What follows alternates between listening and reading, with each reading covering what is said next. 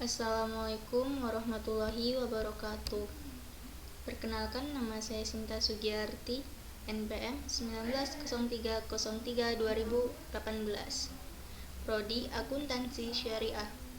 Saya di sini akan menjelaskan tentang asumsi dasar laporan keuangan.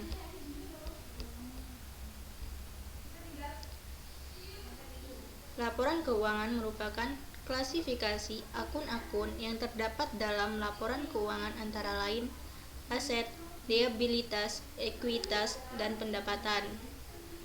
Beban sistem pencatatan akuntansi yang digunakan secara umum oleh perusahaan adalah sistem pembukuan ganda, yaitu apabila ada suatu pencatatan yang dibuat perusahaan akan ada dampak ganda, yaitu minimal satu pencatatan di sisi debit dan satu pencatatan di sisi kredit.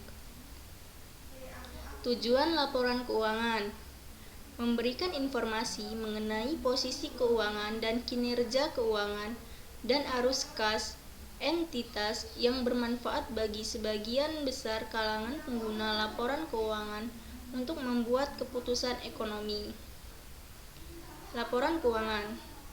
Laporan posisi keuangan merupakan laporan akuntansi yang menunjukkan posisi aset, liabilitas, dan ekuitas perusahaan pada akhir suatu periode.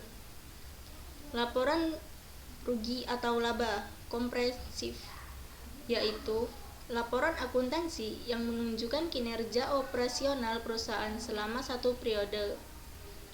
Laporan perubahan ekuitas, yaitu menunjukkan detail perusahaan yang terjadi seperti setoran modal atau perolehan laba atau rugi neto. Laporan arus kas merupakan sumber arus kas masuk dan penggunaan arus kas keluar perusahaan yang terpusat pada aktivitas utama, yaitu operasional, investasi, dan pendanaan. Catatan atas laporan keuangan merupakan pengungkapan baik yang bersifat keuangan maupun non-keuangan yang terkandung dalam laporan keuangan.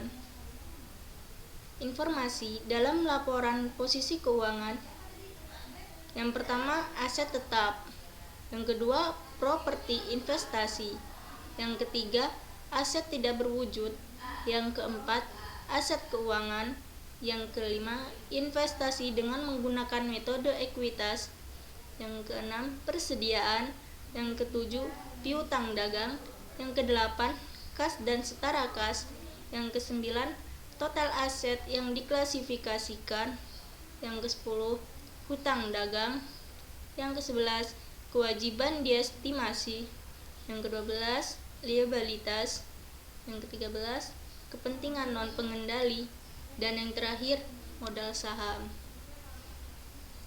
Unsur laporan posisi keuangan atau neraca meliputi aset, liabilitas, dan ekuitas. Laporan laba rugi. Laporan laba rugi adalah laporan keuangan yang dapat menunjukkan pendapatan, beban, dan laba bersih perusahaan dalam satu periode tertentu. Menurut Warsono, definisi laporan laba rugi adalah laporan keuangan yang menggambarkan hasil usaha yang dicapai perusahaan selama periode tertentu. Pengertian laporan laba rugi adalah laporan yang merangkum pendapatan dan beban perusahaan dalam satu periode akuntansi. Fungsi laporan laba rugi: memberikan informasi untuk pengguna keuangan perusahaan tentang keuntungan atau kerugian yang diperoleh perusahaan dalam satu periode tertentu. Menunjukkan tren perusahaan selama periode tertentu dengan membandingkan laba dan rugi perusahaan dari tahun ke tahun. Menganalisa sumber keuntungan paling besar yang dihasilkan dan juga menunjukkan sumber pengeluaran terbesar dalam memakan biaya. Sebagai alat bantu untuk menghitung serta menganalisis pertumbuhan perusahaan. Menjadi pedoman perusahaan untuk mengembangkan usaha dan meningkatkan keuntungan.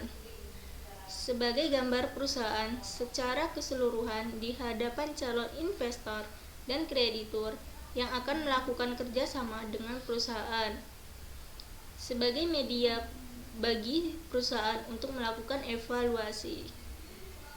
Manfaat laporan laba rugi: mengevaluasi kinerja masa lalu perusahaan untuk memprediksi kinerja masa depan bagi investor, kreditor, dan manajemen. Membantu menilai risiko atau ketidakpastian pencapaian arus kas masa depan dalam rangka menentukan profitabilitas, nilai investasi, dan kelayakan kredit. Sekian presentasi dari saya. Saya akhiri. Wabillahi taufiq wal hidayah. Wassalamualaikum warahmatullahi wabarakatuh.